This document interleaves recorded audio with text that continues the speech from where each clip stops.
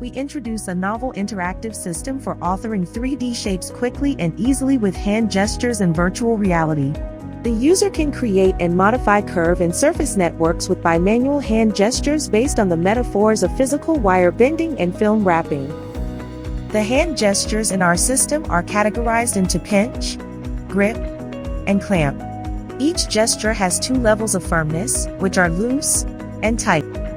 If the user loose pinches, a sphere cursor appears. If the user places the cursor on an end control point, its position is fixed, and adjacent inner control points are displayed. If the user tight pinches on an end control point, then the user can move it without affecting its tangent direction. If the user loose grips, a cylinder cursor appears. If the user places the cursor on a wire, its position and tangent direction are fixed, and adjacent inner control points are displayed.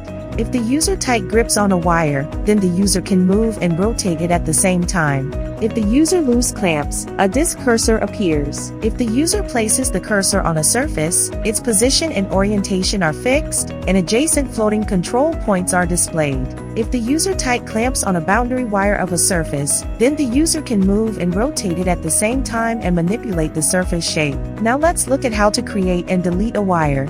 Tight pinch with both hands within close distance to create a linear wire. Loose grip with one hand, then tight pinch with the other hand to create a circular wire. Tight grip both end control points and release them within close distance to delete a wire. Then, let's manipulate the wire. Tight pinch an end control point to move it, while keeping the tangent.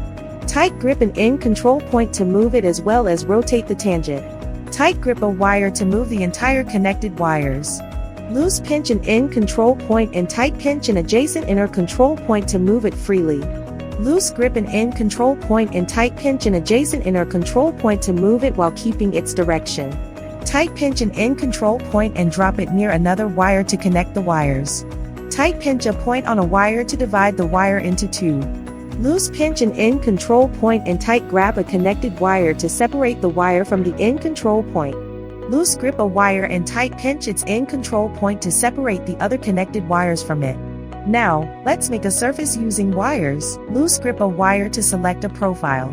When the wire becomes completely red, it can be used as profile wire. Tight pinch the 2 end control points of a profile wire and connect them to the end control points of another wire to create a loft surface.